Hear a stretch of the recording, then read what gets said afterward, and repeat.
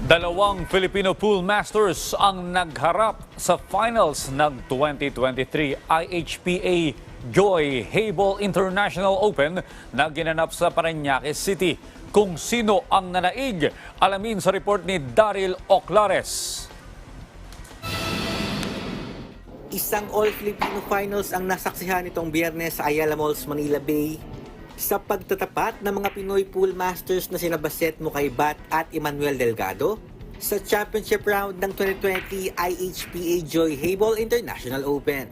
Sa kanilang race to 13 championship bout, mas nanaig si Mukaybat sa score na 11-10 para maibulsa ang inaugural title ng nasabing 8-ball tournament. Tatlong sunod na panalo agad ang inangkin ng tinaguriang The Kingpin na si Mukaybat bago makahabol si Delgado na nagawa pang maitabla ang laro.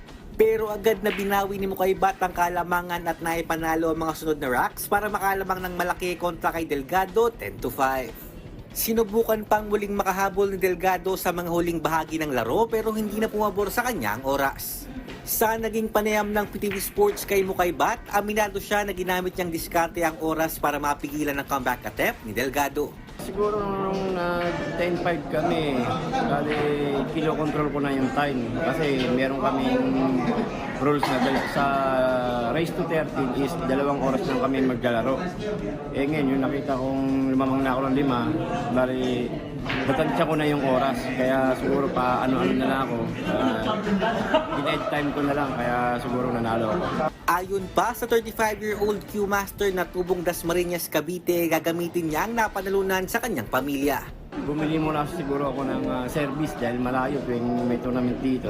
Baka gano'n na lang unahin ko, tsaka siyempre sa mga anak ko, tsaka bibigay din ako ng kahit paano tulong sa pamilya ko. Matapos ang final, sumabak pa si Mukaybat sa exhibition match kontra sa Filipino pool legend na si Efren Bata Reyes. Daryl Oclares, Rise and Shine, Pilipinas.